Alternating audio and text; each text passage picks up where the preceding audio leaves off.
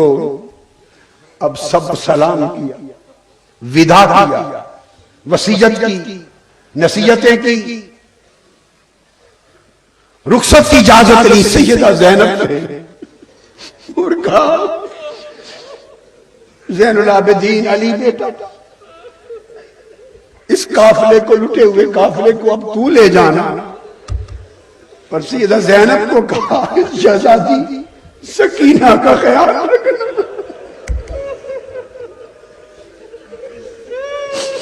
حسین گھوڑے پر سوار ہو گئے، ذوالجناح پہ سوار ہو گئے۔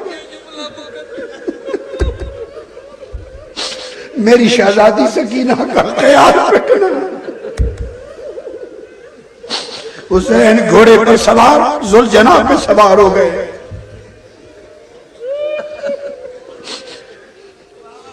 کلمات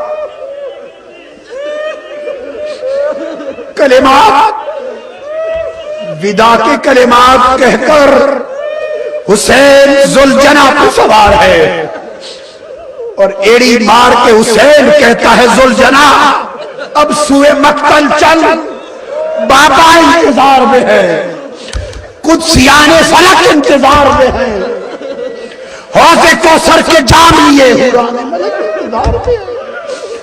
ذوالجناح چل۔ ایڑی مارتے ہیں ذوالجناح نہیں چلتا، لگام کھینچتے ہیں ذوالجناح نہیں چلتا، لگام کھینچتے ہیں ذوالجناح منہ نیچے کر لیتا ہے، پھر لگام کھینچی ایڑی ماری ذوالجناح پھر نیچے تکتا ہے، پھر زور سے کھینچی لگام ذوالجناح پھر نیچے تکتا ہے۔ حسین پوچھتے ہیں نیچے کیا ہے؟ ذوالجناح سے اتر کے دیکھا تو چھوٹی سی شہزادی ذوالجناح کی ٹانگوں سے لپٹ کے کھڑی ہے اور کہتی ہے گھوڑا میرے بابا کو نہ لے جا، ادھر جو بھی گیا ہے پلٹ کے نہیں آیا۔ ذوالجناح میں اپنے بابا کے بغیر رات کو سوتی نہیں ہوں، بابا کے سینے پہ لیٹتی ہوں، تب نیند آتی ہے۔ خدا کریے میرے بابا کو نہ لے جا، میں کس کے سینے پہ لیٹوں گی، کس کے سینے پہ لیٹوں گی؟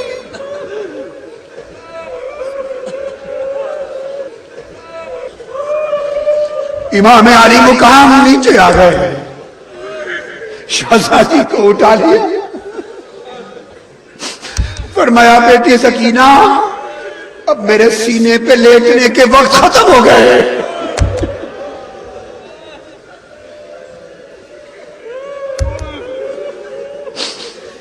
سیدہ زینب نے سپرد کیا، کہا بہن زینب اب تو میری سکینہ کو سینے پہ رات کو لٹایا کرنا، اس کو لوریاں سنایا کرنا، اس کو زبان چسایا کرنا، میری سکینہ اداس نہ۔ سپرد کر کے حسین چل پڑے ہیں۔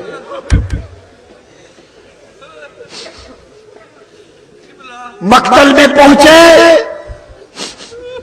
اور وہ وقت آ گیا کہ نیزے لگے اور حسین کے جسم اقدس بے شمار یزیدیوں کو واصل جہنم کرنے کے بعد زمین پر آیا، روح کفن سے انسری سے پرواز کر گئی، عرش سے آواز آئی یا ایتھا النفس المطمئنہ ارجعی الی ربک راضیۃ مرضیہ، اے روح حسین لوٹا، عرش کے قدموں کو چومنے کے انتظار میں ہے۔ حسین تو نے بندگی کا حق ادا کر دیا۔ مصطفیٰ کی آواز آئی حسین تو نے میرے کندھوں کی سواری کا حق ادا کر دیا۔ علی کی آواز آئی حسین تو نے میرے خون کا حق ادا کر دیا۔ فاطمہ الزہرا کی آواز آئی حسین تو نے میرے دودھ کا حق ادا کر دیا۔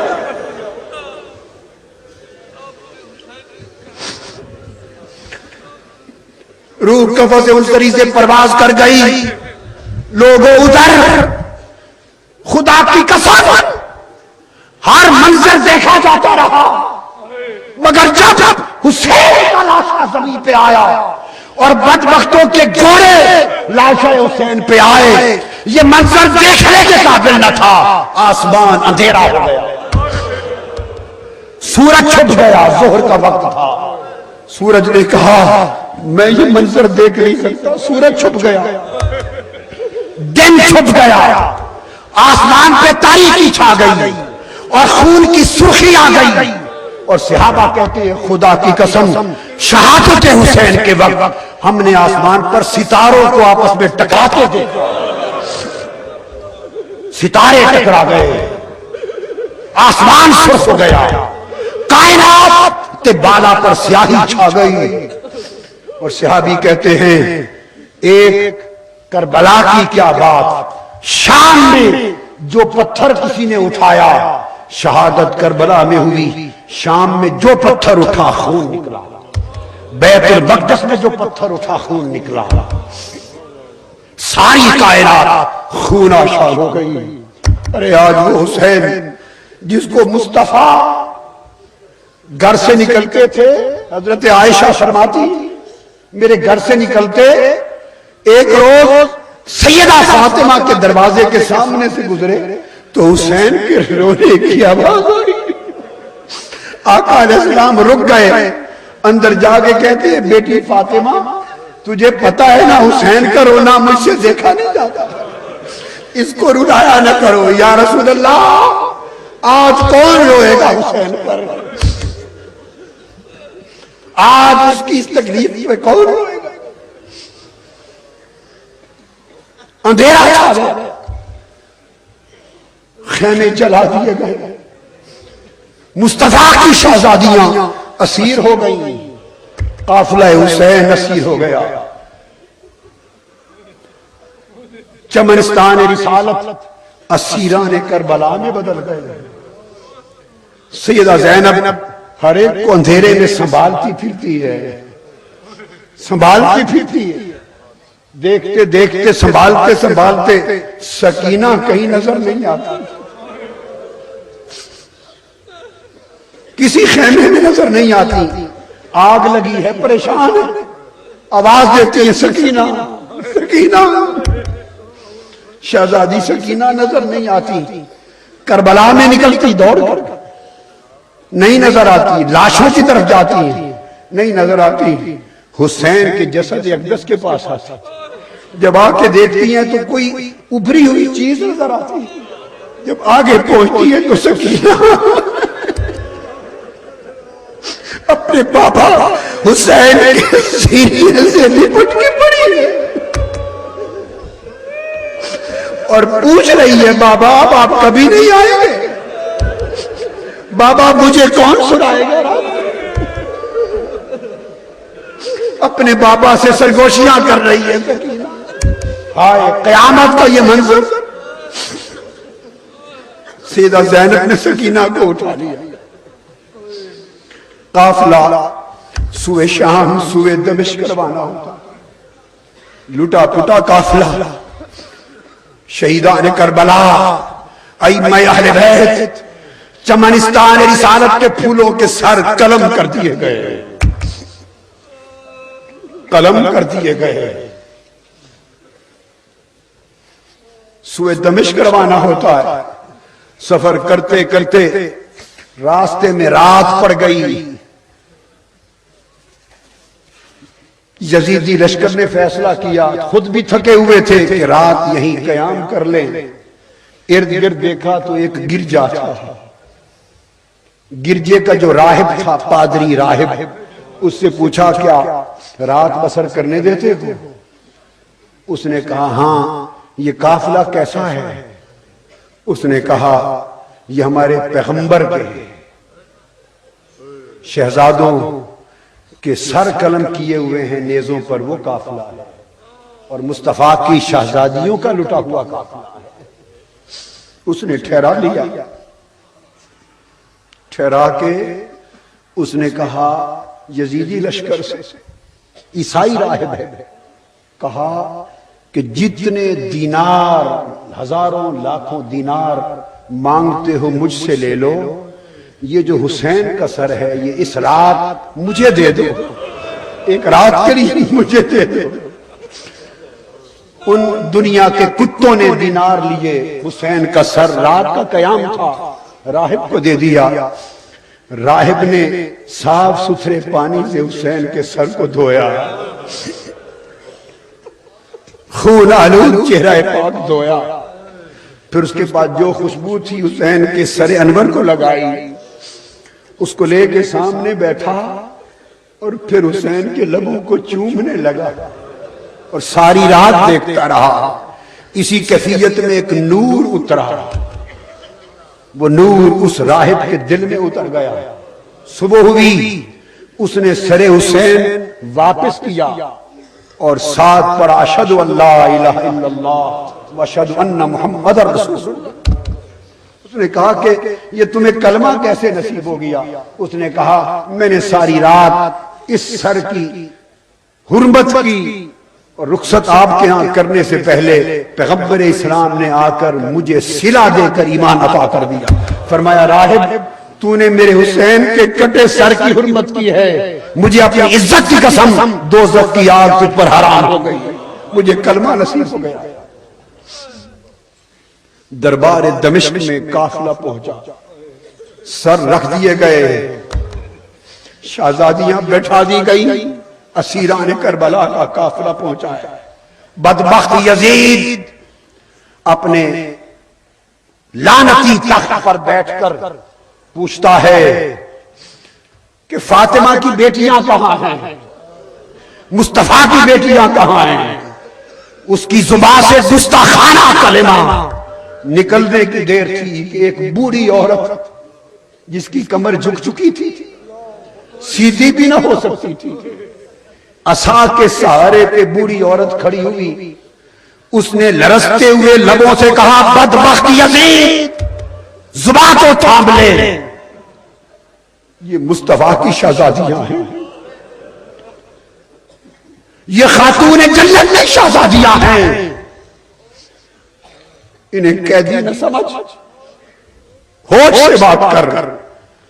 اس نے پوچھا گرجدار آواز میں بدبخت نے کہ یہ بوڑھی کون ہے، بوڑھیا کون ہے؟ اس نے کہا میں بتاتی ہوں۔ اس نے کہا یہ بوڑھیا فضہ ہے، یہ حسین جب پیدا ہوئے تو اس وقت سے میں نے گود میں کھلایا ہے، تو پیدائش سے یہ میری گود میں تھے، حسین آج رخصتی بھی میری گود۔ بدبخت یزید نے کہا کہ اس بڑھیا کا سر قلم کر دیا جائے۔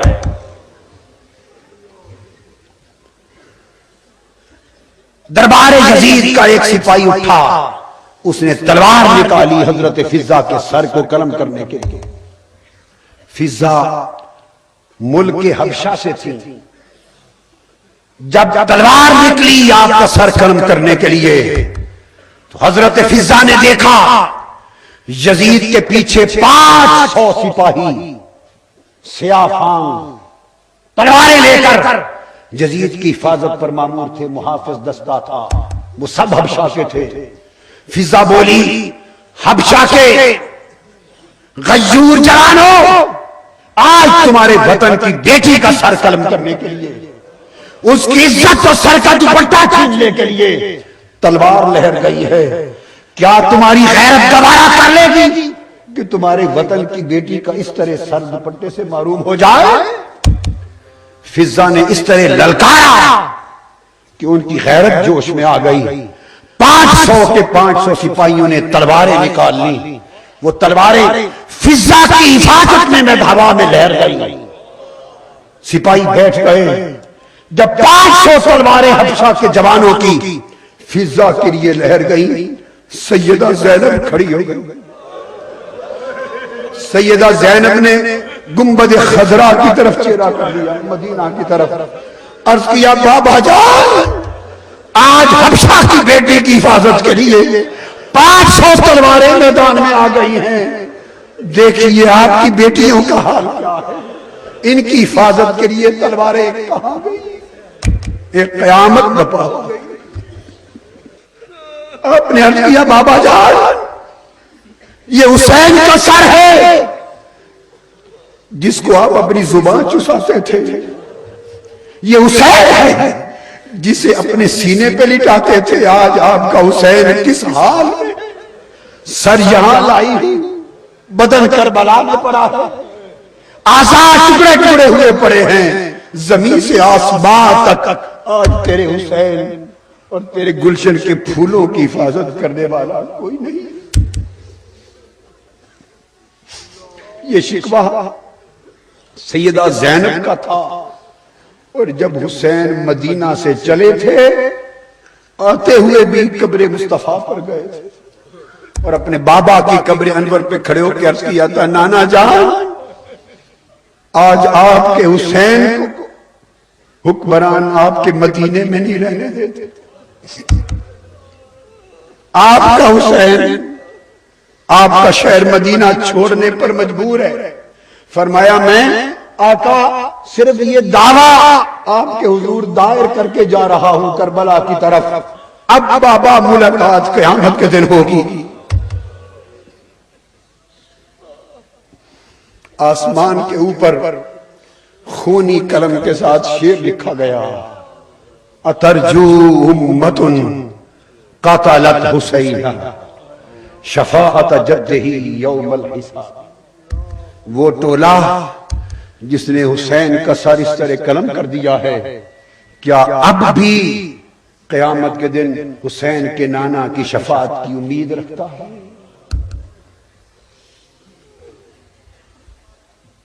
یہ رات تھی، یہ سفر تھا، یہ داستان تھی۔ لوگوں حسین کی یاد میں جو آنسو بہے یہ حضور کی بارگاہ میں پہنچے ہیں۔